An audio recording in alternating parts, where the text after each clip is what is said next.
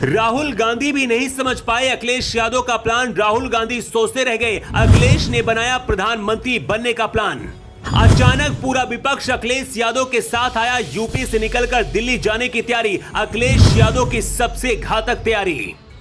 डिंपल यादव ने भी कर दिया राजतिलक। तमिलनाडु से बंगाल और महाराष्ट्र तक मिला समर्थन। राहुल के लिए मुसीबत बने अखिलेश यादव। कहते राजनीति का असली खिलाड़ी वही होता है जो सही वक्त का इंतजार करे और मौका मिलते ही वार करे। जो सपना कभी मुलायम सिंह यादव ने देखा था उसे अखिलेश यादव पूरा करेंगे। राहुल गांधी सिर्फ प्लान बनाते रह गए और इधर अखिलेश यादव ने पूरा खेल कर दिया।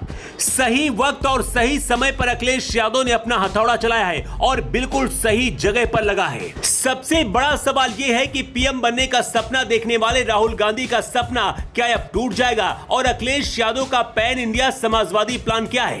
राहुल और सोनिया गांधी को लग रहा था कि वो सबसे बड़े खिलाड़ी हैं, लेकिन जिस खेल को कांग्रेस ने शुरू किया था उसका रिमोट अखिलेश यादव के पास था। जो कांग्रेस यूपी में मर चुकी थी उसे जिंदा करने के लिए अखिलेश यादव ने ही कांग्रेस को 17 सीटें यूपी में दी, जिसमें से 6 सीटें कांग्रेस जीत गई। ये उम्मीद राहुल और सोनिया गांधी को भी नहीं थी कि यूपी में उनकी 6 सीटें आ सकती हैं, लेकिन अखिलेश यादव ने यूपी में कांग्रेस को संजीवनी देकर पूरे भारत में अपने लिए pan India Samajwadi party plan तैयार किया है। हिंदी भाषी प्रदेशों में पहले से ही समाजवादी पार्टी के कैंडिडेट खड़े होते रहे। महाराष्ट्र में तो पार्टी का बहुत बढ़िया बेस है। बिहार, झारखंड और बंगाल में भी अखिलेश यादव अपनी पार्टी का विस्तार कर सकते हैं। सबसे बड़ी बात यह है कि पार्टी का विस्तार भले ना हो, लेकिन अखिलेश यादव को इन राज्यों में जानने वाले और सुनने वालों की कमी नहीं है। सबसे हैरान करने वाली बात यह है कि तमिलनाडु की द्विमुख सरकार ने भी एक बार अखिलेश यादव को राहुल गांधी के बजाय ज्यादा महत्व दिया। पिछले साल की ही बात है। पूर्व प्रधानमंत्री और मंडल मसीहा विश्वनाथ प्रताप सिंह की आदमकद मूर्ति का अनावरण तमिलनाडु में होना था। इस मूर्ति के अनावरण के लिए स्टालिन की द्विमुख सरकार ने कांग्रेस नेता राहुल गांधी की बजाय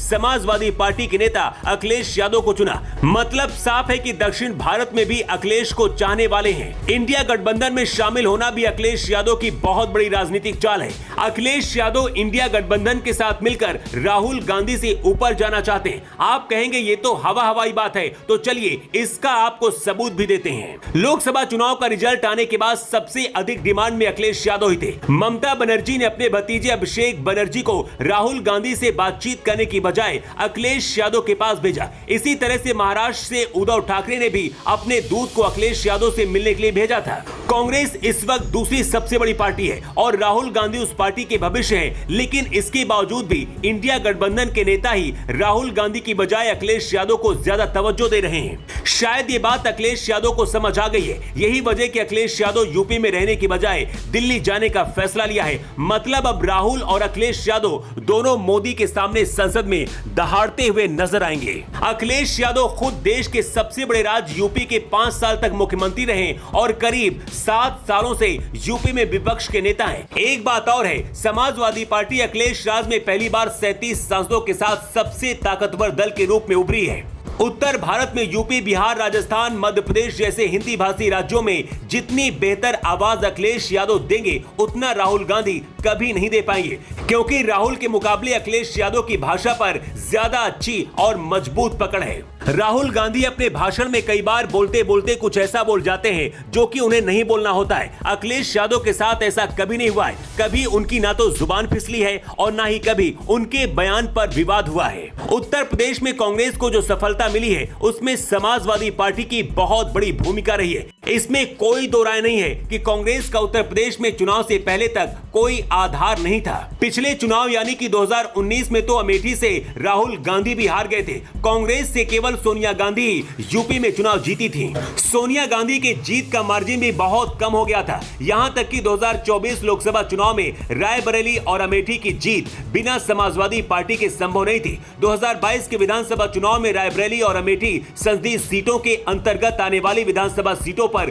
कांग्रेस प्रत्याशियों को कई सीटों पर तीसरे स्थान पर संतोष करना पड़ा था। इन दोनों सीटों पर बीजेपी से भी ज्यादा समाजवादी पार्टी के विधायक जीते थे। प्रदेश में कांग्रेस को कई सीटों पर प्रत्याशी नहीं मिल रहे थे। कई नेताओं ने तो चुनाव लड़ने से ही मना कर दिया था, लेकिन समाजवादी पार्टी का पीडीए समीकरण का जादू इस तरह मतदाताओं के सर चढ़कर बोला कि बीजेपी कैंडिडेट हवा में उड़ गए। समाजवादी पार्टी की इस आंधी का फायदा कांग्रेस कैंडिडेट को भी हुआ और पार्टी ने 17 सीटों में से 6 सीटें जीत ली। अखिलेश यादव के सामने राहुल गांधी क्यों कमजोर नेता हैं और कैसे अखिलेश यादव राहुल को खुद से पीछे छोड़ना चाहते हैं, इसे समझिए।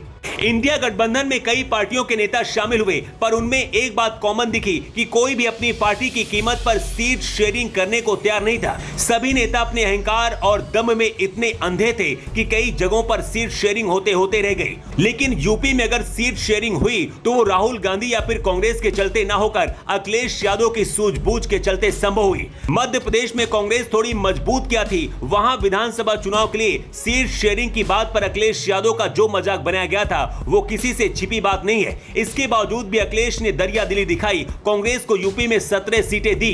अखिलेश यादव की दूरदृष्टि वाली राजनीति थी, लेकिन अब अखिलेश यादव यूपी से दिल्ली की संसद जाने वाले हैं। अखिलेश की सपा इस वक्त 37 लोकसभा सीटों के साथ देश की तीसरी बड़ी पार्टी बन चुकी है। ऐसे में अखिलेश अब यूपी में मुख्यमंत्री की बजाय पीएम बनने का सपना देखने लगे हैं। राष्ट्रीय राजनीति में अखिलेश यादव का आना ही राहुल गांधी के लिए सबसे बड़ी खतरे की घंटी है। वैसे आपकी क्या राय, राहुल और अखिलेश यादव में आप किसे ज्यादा बेहतर मानते हैं? अपनी राय कमेंट करके जरूर बताएं। Bureau report.